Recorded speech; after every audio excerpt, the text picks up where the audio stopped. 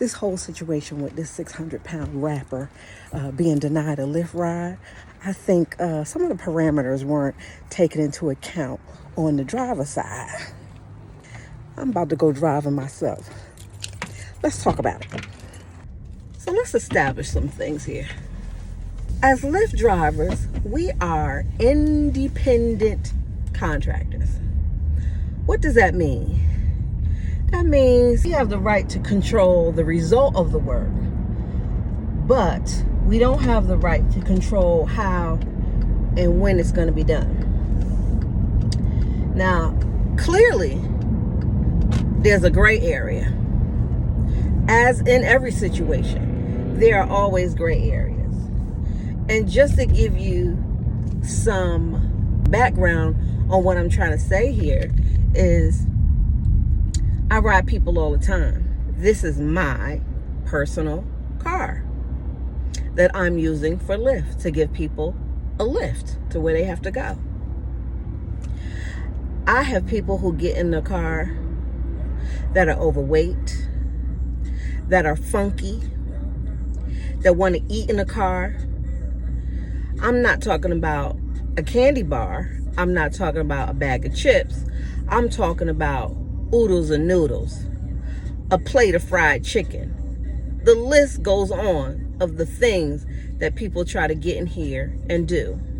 I've had people get in here and file all 10 of their nails. I've had people get in here and eating a banana and get banana on the roof of the car.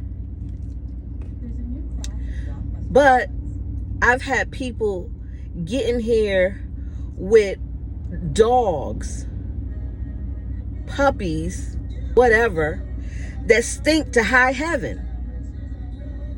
So where is the line drawn? There's a line in the sand somewhere, right? Where is the line drawn? At what point, you know what I'm saying? At some point, we have to say no to some situations where we would normally say yes to. Now, if somebody walked up to my car and they had roaches crawling all over them, would I allow them to get in? No, I wouldn't. If you walked up to my car and you had a book bag, would I allow you to get in? Absolutely. If you walked up to my car and you had a dresser that you needed to transport, would I allow you to get in? No. What if it could fit? No.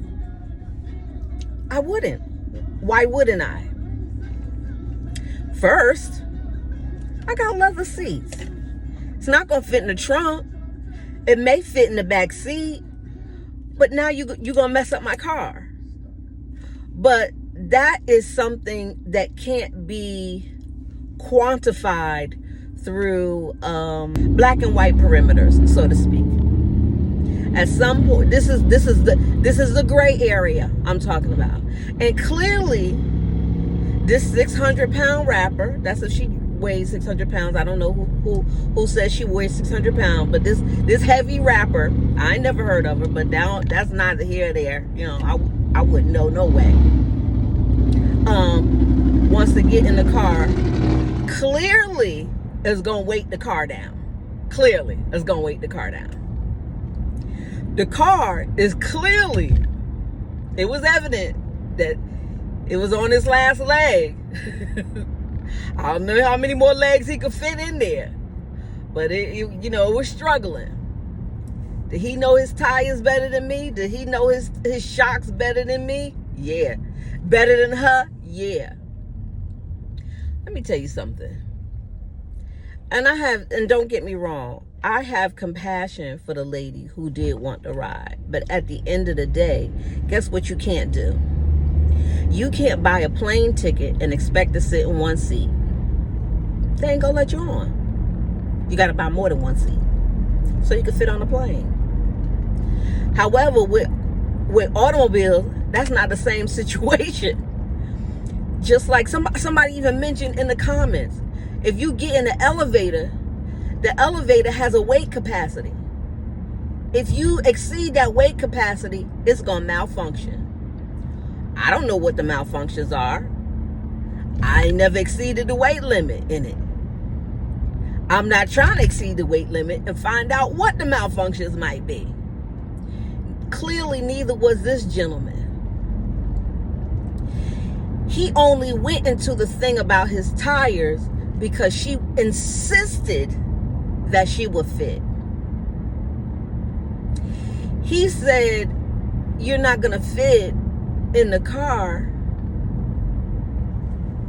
Let's see what he said. Let's rewind the tape and see what he really said. What you saying? Yeah, I got no space in my car is small. I can fit in this car. But believe me, you can. Yes, I can. Believe me. So, I'm sorry. What am I doing about my money? I'm going to cancel it. You're not going to be charged. So you telling me I can't get in the lift because I can't fit in your car? Yeah, you need to order a bigger car. What makes you think I can't fit in the car? Yeah, I'm sorry. What makes you think I can't fit in this car? Because the car is small in the back. Believe My best friend has a Benz that's newer than this that I can fit in. That's the same size. Yeah, I'm sorry. I can't. So you really telling me I'm too big to get in your car, so I gotta order another lift? And to be more specific with you, I got very tired tires. What I got to do with your tires? Yeah, and you have no space. How you know I don't have no space? Yeah, I got no space in the back. Believe me. How do you know I don't have no space?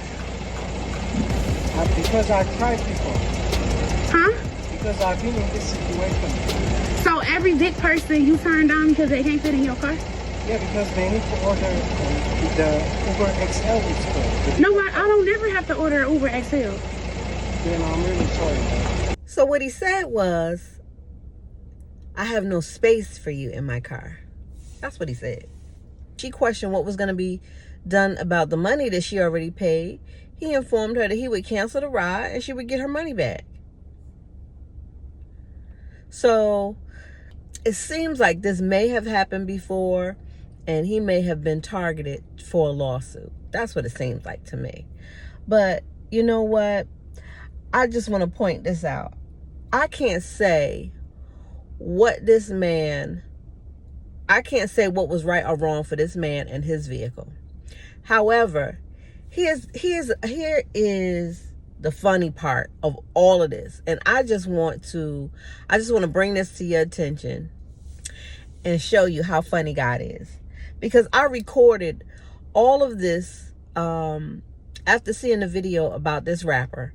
I said, you know what, let's talk about that. So I broke out my recorder on my phone. I decided to record this. And as I'm getting ready to show the video of what happened with the man and this rapper, I stopped the video because I'm driving at the time and I had a ride. I pull up to my ride and it was dusk outside. So I mean, it wasn't completely dark and it was still a little light outside. So I pull up to my ride and to my surprise, the lady was overweight. She looked to be the same size as the one that I'm talking about in the video. I immediately look up. I'm like, okay, God, you funny, right? Oh, the joke's on me. Oh, you got jokes. You know what? That put things in perspective for me. Because as for me, I am a follower, a liver of God's word. And despite how, and don't get me wrong, that does not make me perfect. But here's a point I want to make. I'm still human. So my human side comes out first. My human side says he had every right to say no because maybe his car couldn't handle her. And guess what? There's been times where I have gotten 2 cases of water and put them in my trunk and I could feel the back of my car weighted down. So now we have a 400+ pound woman getting in the car on that side of the car Who's to say what's wrong with his car? I don't know what's wrong with his car. If you listen in the video, you can hear it go. You can hear, you can hear that his car wasn't in the best of conditions. But guess what? I wrestled with this after that whole situation of me getting a ride of a lady that was overweight. Long short of it, wait a minute. I'm gonna stop right there.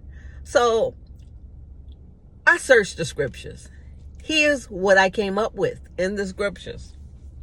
Let me read it to you. Proverbs 3:27. Withhold not good from them to whom it is due, when it is in the power of thine hand to do it. Let me read it again for the folk in the back. That's me.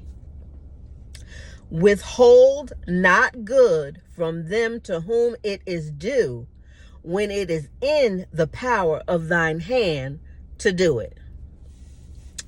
If the Lord wasn't speaking to me clear as day, I don't know what was.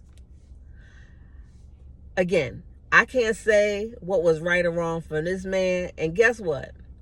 In my flesh may have wanted to tell this lady no. But the Spirit of the Lord said, you have a ride that I blessed you with. Okay? We walk around here saying, this is my car. This is my vehicle. No, this is the Lord's car. And he gave it to me. How dare you say you can't let somebody get in your car? He blessed me with it. He gave it to me. It belongs to him. I belong to him. How can I say this is my car? She can't get in it. That's almost like the story of the man with the taxes. The guy went before the Lord and said, Lord, I can't afford to pay my taxes. And he forgave him. And then he went back out, and then there was a guy passed doing his taxes that owed him. And the guy couldn't pay him. And the guy was asking for mercy, and he said no, and threw him in jail.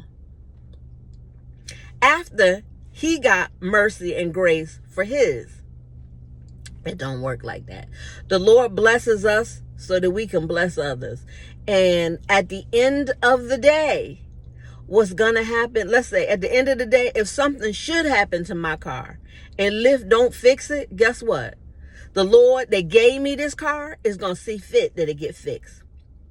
By whatever means he sees necessary, he's going to see that it get fixed because I'm out here following his will. So did I let the lady in my car? Yeah, I let her in my car. I did let her in my car. And guess what? She stinked to high heaven. I felt like that was the icing on the cake saying, Lord, this is what you get. This is what the Lord's saying to me. This is what you get. Flapping your lips. The Lord will come in and speak to you right on time, right when you need it, right when you think you're right. He'll point you in the right direction. Let's be mindful of what we say and what we do and how we treat others. It's not always about us and about what we have and protecting what we have. All these things we have here on earth are superficial. And if we could use them to be a blessing to others, then let us do that and let the chips fall where they may. First of all, if you following the Lord and you know him as your personal savior, then you know that if something should happen, I know if something should happen to my car, he'll see fit that it gets fixed. Look, and that's all there is to that.